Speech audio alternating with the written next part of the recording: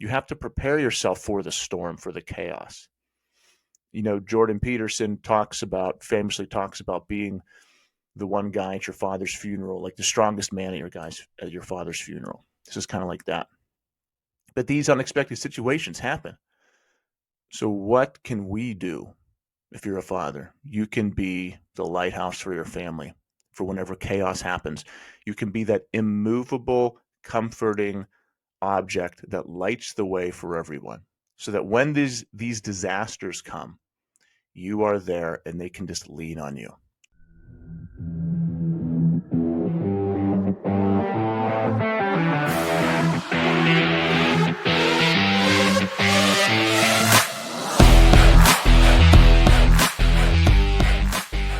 Hi, everyone. Welcome to the Rising Father Podcast. I'm Chris Rodack.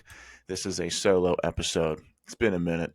There's been craziness going on for me in my business. We're transferring a lot of tech stuff. We have new people joining us. We've got health experts joining our team and all kind of crazy stuff. So it's been a transition, and it's been chaotic, and it's been nuts, and there's been issues, and there's been delays, and there's been things that have happened that I haven't expected to happen that slowed everything down and took me off my normal routines. I was in a great routine of getting these solo podcasts pumped out, but then that was interrupted.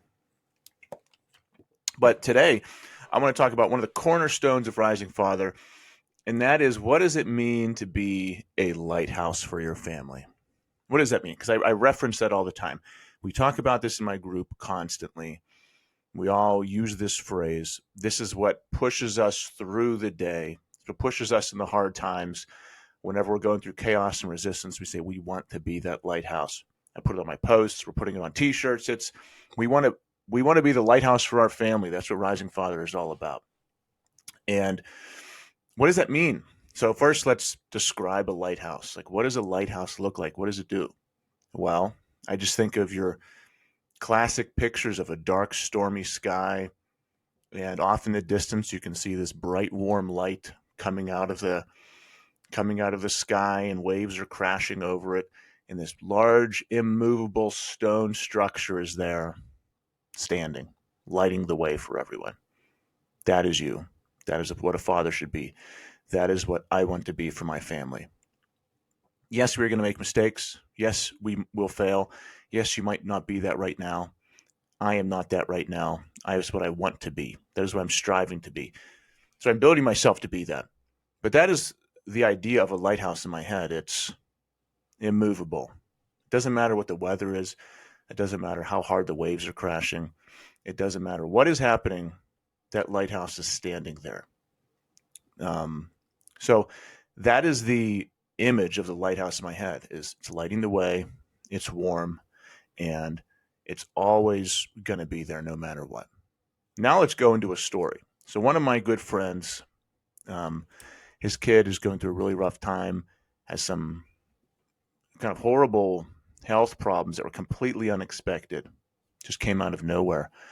And it's critical health problems that are really, really bad, extremely scary, and will probably change this kid's life forever. So the dad is going through a really rough time. Everyone in the family is going through a really rough time. We're supporting them as best we can, and everyone's kind of rallying around them. But this is an extremely dark, stormy time for this family. Came out of nowhere. It's a past month, boom, all of a sudden hit this guy's family. And guess what they need right now? They need a lighthouse. They need someone lighting the way. They need someone warm who's immovable, who they can lean on. And the father's doing that. This guy, my friend, he's being that for his family right now. And he did not know a month ago that this was going to happen. 1 month ago, he was just like you or me. I've got a kid who's about to turn 10, a kid who's 8 years old, and I'm married. As of right now, as far as I know, no one has any serious health issues, which I'm extremely, extremely grateful, because I know so many people. I would say a majority of the people I know, their kids have some type of health problem. Our kids don't. So I'm extremely grateful for that. And I'm lucky because of that. But 1 month ago, he was in that same situation where nothing was wrong. And then 1 month later, his child is barely holding on and is in serious critical condition, and his life will be altered forever. His life, his parents' life, his whole family's life will be altered forever. 1 month. So that's like today, 1 month from today for us. If all of a sudden your life was completely different, that's what's happening to this guy. So it's horrible. But these kind of things happen. There's no getting around it. When I was in college, my sister was diagnosed with brain cancer randomly when I was in college. She then passed away from brain cancer months later. Horrible time for us. Very difficult time. Completely unexpected. I come from a large family. I have 8 brothers and sisters, and you know, she was the only blonde one. She was, like an angel, and it came out of nowhere. No one knew that was going to happen. She had headaches one day, and then went to the doctors, and it kept on progressing. It progressed so quickly, and then just months later, I remember I was up at college, and then getting the call that, like, yeah, it's going to happen tonight. That happened out of nowhere. Why am I telling you this? Because these horrible things happen. We don't know when they're going to happen, who they're going to happen to, but they will happen. And it's not fun to live in that space of thinking that, but you have to prepare yourself. You have to prepare yourself for the storm, for the chaos. Jordan Peterson famously talks about being the one guy at your father's funeral, like the strongest man at your father's funeral. This is kind of like that. But these unexpected situations happen. So what can we do if you're a father? You can be the lighthouse for your family for whenever chaos happens. You can be that immovable, comforting object that lights the way for everyone, so that when these disasters come, you are there and they can just lean on you. You're the safe space. You're the spot everyone can come to for warmth, and you're always lighting the way. And the situation's not over for this kid. It's not over, but their family's going through turmoil and a storm right now, and that dad is being the lighthouse for them, and we're all doing what we can to support them. So dark times will come, and whenever they do come, we have to be strong, right? Like we have to have strength. We have to have measurable strength and stamina and endurance and energy for our family and for the people that need us. If you have a business, you still have to run your business. I mean, you still need income. I was talking to a guy yesterday. He wanted to join us, and he's a business owner, and he was talking about like days off and stuff. And I said, "Oh, you take any time off?" He said, "No, I can't take any time off. Like I run a business. I need to provide for my family. I need income coming in. It's not like getting 6 weeks off from a salary job. If you're not making sales, you have no money coming in." So his employees need him to be strong. They need him to lead. Like he could be going through a dark time, but he still has to show up. And if he's not prepared for that, if he hasn't prepared himself for that dark time, then his business is going to suffer. His family's going to suffer. If you're a father and you haven't prepared for the chaos, your family will suffer when that time comes. It's not if it comes, it's when it comes, and how is it going to show up. And like I said, it's not fun to dwell on that, but it's just a reality. And if we want to do the hard thing, if we want to do the thing that matters the most for our family, what can we do? Yes, we can provide for them. That's part of this. We want to be providers. But also, what do they need the most? There's a guy in my program, his grandma just died, and she raised him most of his life, and she was extremely close to their entire family. And my grandma's, when they passed away, I was still really young, so I wasn't as close to them as this guy is. He's almost my age and going through that right now. And his whole family's kind of in shambles because she was such a rock of the family. So he's telling us how he's planning his food, still going to the gym.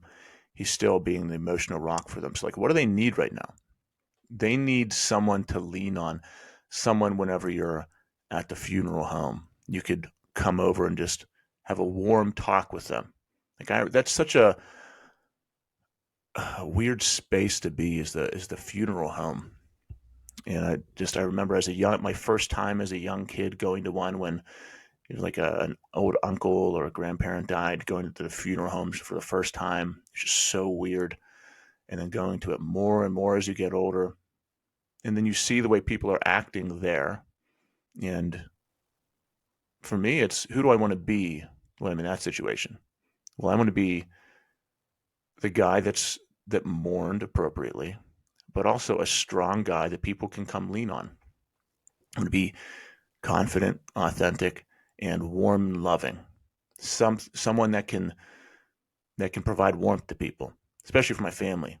And in these dark times, this is when it matters most to be strong. This is the measurable aspect of strength that we want to increase. Like, you go to the gym, you're measuring your squats from 225 to 275 to 350, whatever it is for you. You're measuring your weight as it's going up. This is different than that.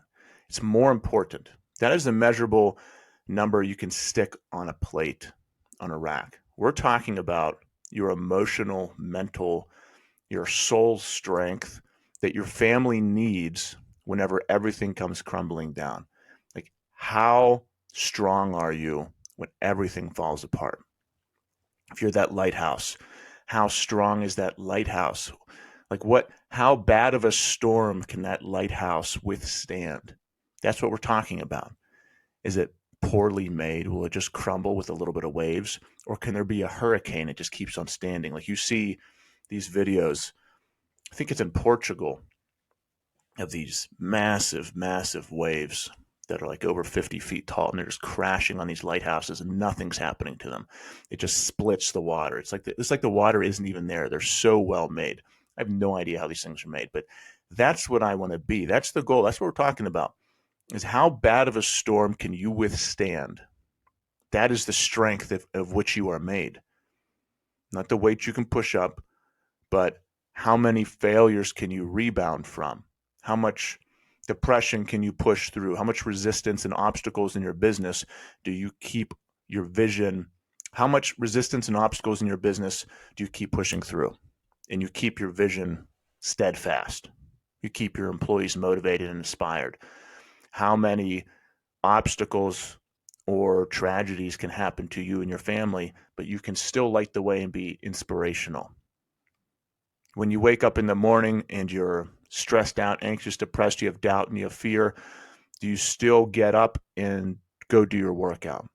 That is the strength. Not when you get to the workout, how much weight you're lifting up. It's your ability to push through the doubt and the fear and the resistance. That is where it counts to be strong. It matters so much more. If you're on vacation at the beach and it's sunny out and it's all paid for, you're not really worried about anything, and you're there for a whole week, it's good. You need to be strong then, but it matters more for your family whenever everything's falling apart and then the disaster comes. Hopefully those disasters don't come, or they come very sparingly. But whenever these hard times come for your family, they need a strong father. And then whenever you're enjoying yourself at the beach or on vacation, you're having a great time, then you're full of energy, you're running around, you're passionate, you're energetic, and you're happy and joyful for them. And then when chaos comes, you're that rock for them. You're strong, you're immovable, you're that lighthouse for them. That's when it matters more. It matters more whenever everything is falling apart. That's when strength counts the most. So how do you do that? How do you become strong? How do you become the lighthouse? You have to build yourself personally. And guys, I'm not the expert. I'm talking about thoughts that I have, observations that I've had from working with other guys. I've had coaches, I've been in programs. I've made a really significant transformation myself in my own life. and I'm helping other guys do it. And I've been a part of groups that have hundreds of people who do it. So these are my thoughts. So how do you do it? I've watched guys go from depressed, barely being able to speak, unconfident, overweight, alcoholics to successful business owners, ripped, strong, confident, and great speakers and amazing husbands. I've literally watched that happen to guys within less than a year. So this is my observation of how to do that. These thoughts aren't coming from a 50-year-old textbook or something like that. These are observations of real life transformations, including my own. So I remember being depressed. I remember being stressed out and anxious about dumb stuff. I remember being mad at my wife for things I shouldn't have been because I was really upset at myself. I remember being 60, 70 pounds heavier than I am right now, unenergetic. Like there was a time it wasn't my whole life, but there was a time in my life where that happened. There was a couple years where I just couldn't get out of that funk. Been on a roller coaster, as many of you know. But now my life is just completely different. And it's a battle every single day to maintain that and to grow and to become more. So how do you become the lighthouse? Because that's what I'm striving to be. It comes from doing daily tasks, daily routines. It comes from pushing yourself every single day. It comes from the battle every single day of clawing more and more and more at the wall of the person you are so you can break free and become the person you want to be. That's how you can become that lighthouse. So here are some things that I coach the guys in my program to do and that I was coached to do and that I've observed working. Build yourself physically. It's obvious. You already know that, right? Everyone knows it. But then sometimes you just can't do it. Sometimes you just can't get yourself to do it. Build yourself physically. Stop saying yes to everything that tempts you food and drink wise. And yeah, I know it's hard. I succumbed to that for a long time. The more you say yes to the food and drink that tempts you and feels so good, it produces this chemical emotional link between I need something right now to take away my pain and this thing's going to do it. And the more you reinforce that pattern, you're deepening a groove in your brain to rely on that thing to take away the pain and to comfort you. For some guys, it's whiskey, it could be cigarettes, it could be vape pens, it could be porn, it could be cheeseburgers, fast food. I remember a specific time I had a stressful day at work. On my lunch break, I drove. I was like, oh, I'm gonna go to Subway and get something healthy. That's healthy. But went straight to McDonald's. Probably ordered like 2,000 calories of food, shoved it all in my face, and then like went to Wendy's and got a Frosty. Just disgusting, disgusting.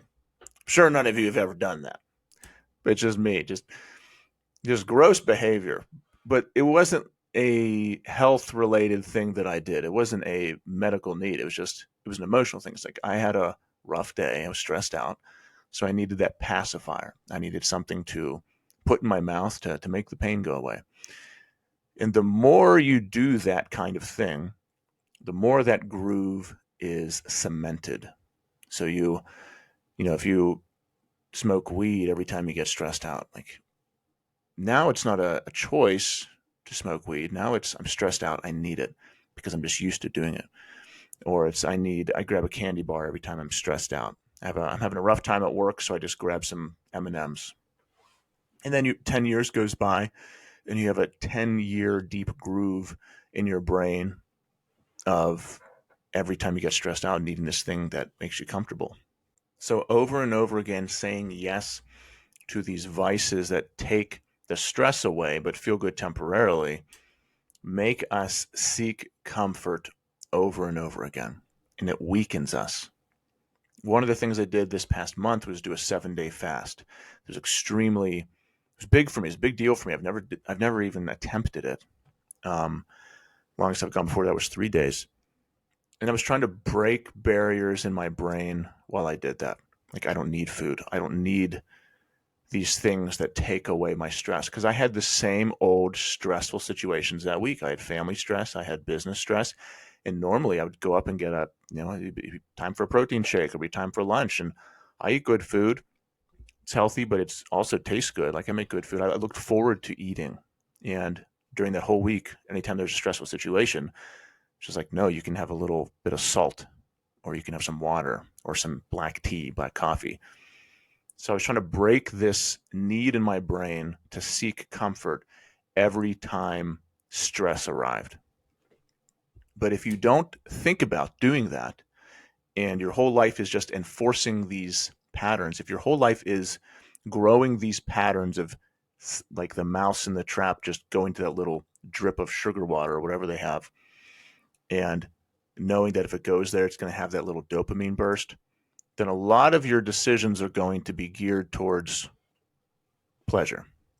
This is why so many people, the David Goggins, the Joe Rogans, the Jocko Willinks, all these men out there who are trying to help and improve men, trying to make guys stronger, talk about intentional suffering, like putting yourself in a situation where you are suffering physically so that you can break these barriers. That's why so many people do cold plunges, because it's horrible, because it hurts at first and it's painful and you don't want to do it.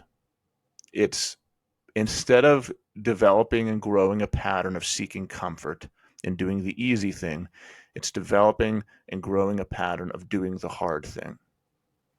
That's why it's important. So what do? You can intentionally make yourself do hard things. Here's some of the things we do. We wake up early. Most of the guys in my group get up at anywhere between 3 and 5 a.m.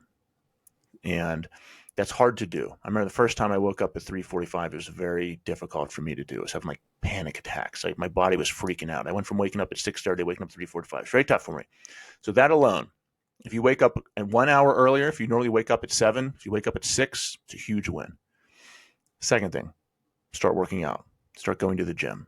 Just start going to the gym 5 days a week. You know, if you're going to the gym 0 days a week, start going to the gym 3 days a week. Just go to the gym more than you are right now, or just start working out, start exercising. And it's one thing to exercise when you feel good and it's sunny outside. It's a more important thing, and you develop more strength whenever you go to the gym and exercise when you don't feel like it.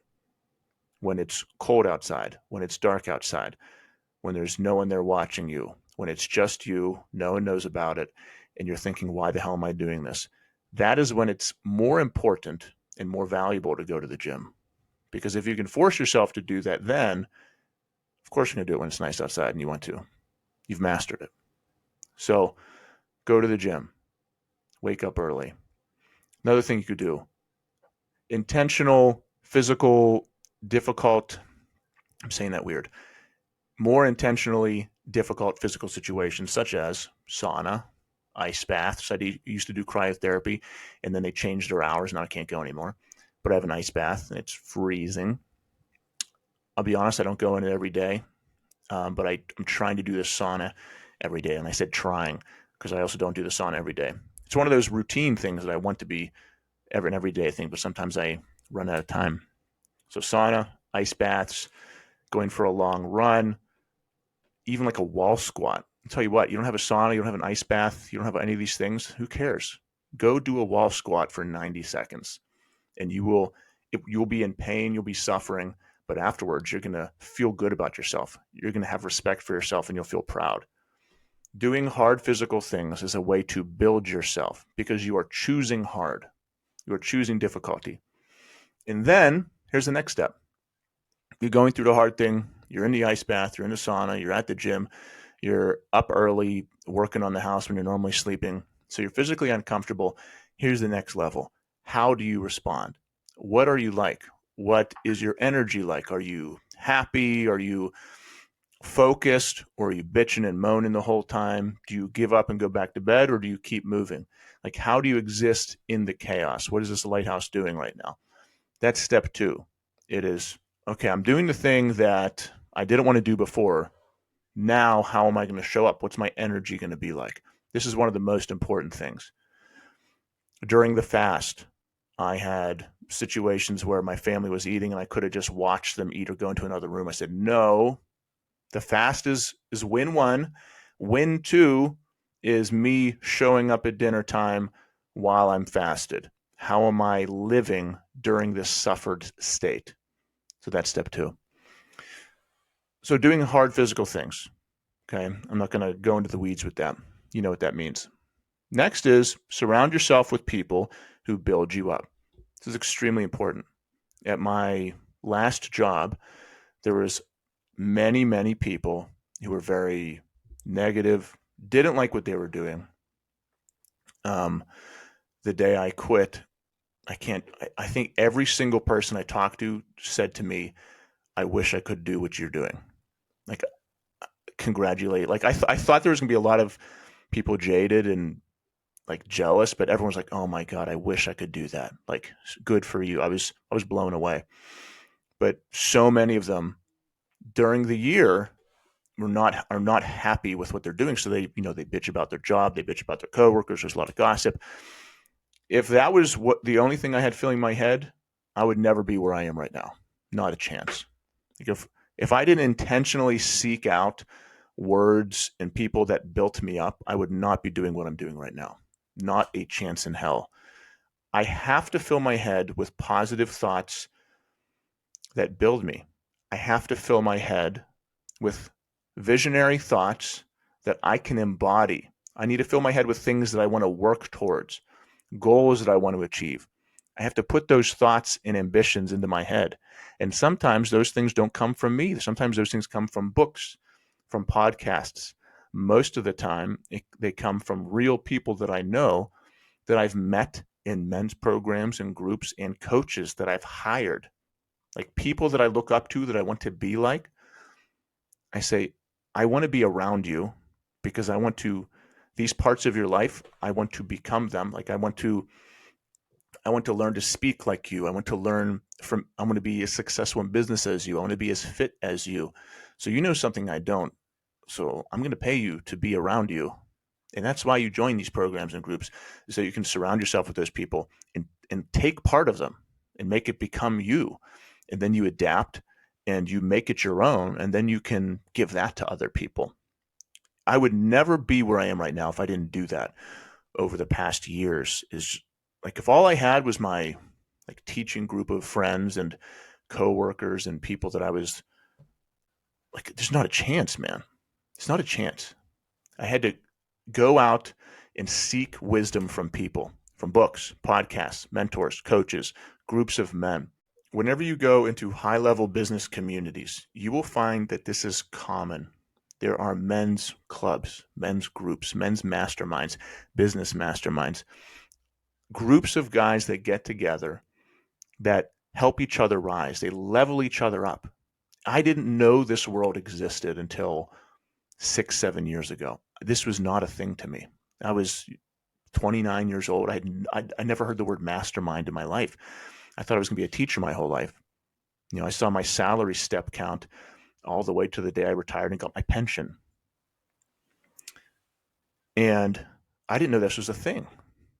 But as soon as I discovered it was a thing and I joined my first one, I became addicted. I said, wow, I can talk to this guy. I can have one conversation with this guy who's spent years learning how to level up. And he can have one sentence that he says to me that changes my life.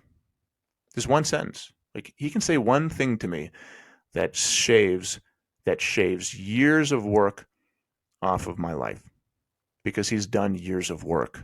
He spent thousands and thousands of dollars researching and failing and learning. But because I joined this group, I can skip those years of work and experimenting and just learn from this one guy who's done it before.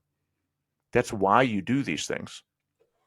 There's a guy in my group who is also a teacher who's leveling up, and I've mentioned him a few times on this podcast, but it has to do with what I'm talking about right now. So I'll mention him again. Sorry, buddy. But if he's stuck only in his little teacher world, he wouldn't know how to do many of the things he's doing right now. But he had an idea. He's running it past a lot of guys, and we're giving him ideas. We're fueling him. We're supporting him. He's networking. He's connecting with people who can help him out. And all of a sudden, he's years ahead of where he would have been if he just kind of YouTubed it, Googled it, and tried to figure it out on his own. It's why you network. That's why you build yourself, so you can infuse yourself with other people's knowledge. So this is how you add plates to your armor for when the storm comes. It is building yourself into a better provider, into someone who's more stalwart, that's the word, into someone who has more energy, someone who's stronger, someone who can't be phased when the chaos comes, someone who's immovable, someone who's a lighthouse. Surrounding yourself with people who build you up is what you need. It's like that lighthouse, having people constantly come and maintaining it, working on it, versus a structure that's been abandoned, like an old hotel in a crappy part of town that no one's touched for 50 years. That versus you go to a nice, well-kept old stone structure that's 200 years old that you can tell people are like replacing the joints and the masonry is being constantly worked on and it's being cleaned every day. That's the difference between having someone tear you down all the time, being surrounded by people who are toxic, negative, talk crap about you, then you end up talking crap about them, and like before you know it, you're down conspiracy theories, then you're in the pit of Facebook world, and all you're talking about is the death and destruction of the world. Like, I know guys like that who are stuck in that world. You go to talk to them about how nice of a day it is outside, and like, yeah, but did you hear what's happening in blah blah blah country? Yeah, it's going to come here soon. We're all going to die. That's why I'm digging this hole in the ground to build my show. It's like, Jesus, man, calm down. How can you afford to think about that?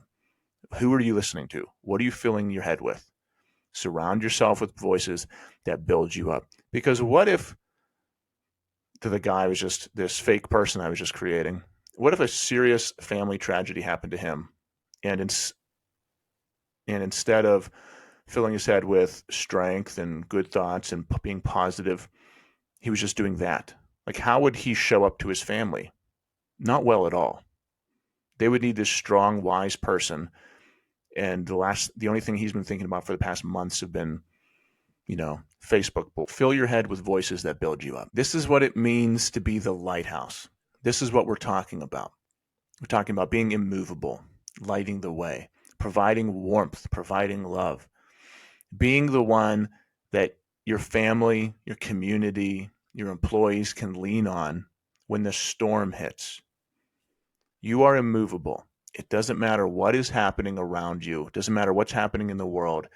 You are so ingrained with your non-negotiables, your principles, with who you are as a person, your identity, your confidence, your authenticity, that it doesn't matter what's happening. You are showing up and lighting the way.